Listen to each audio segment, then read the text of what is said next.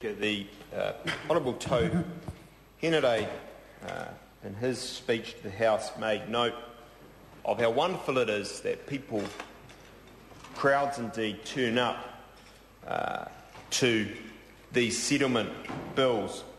And they do so, of course, as he said, not for the Parliament bickies or anything of that nature, but to bear witness to a moment of magnitude in history.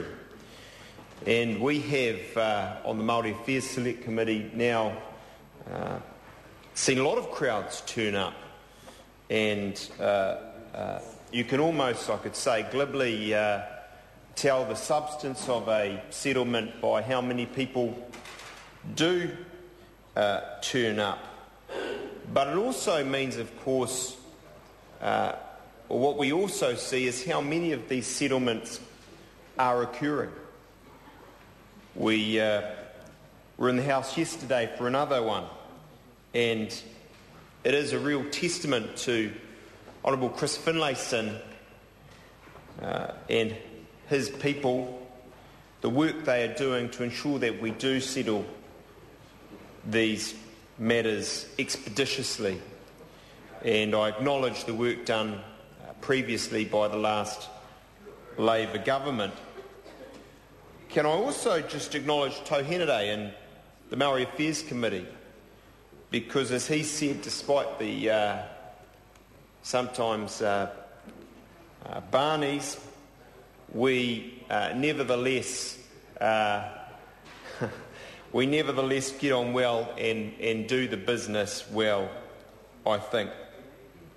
Another function, of course, of the number of these bills is that it's tempting, indeed it's too easy, to come along to the House and give a quick perfunctory speech and then sit down. But the reality is each one is special, each one has significance, and this one indeed is a very special one because it involves the Waikato.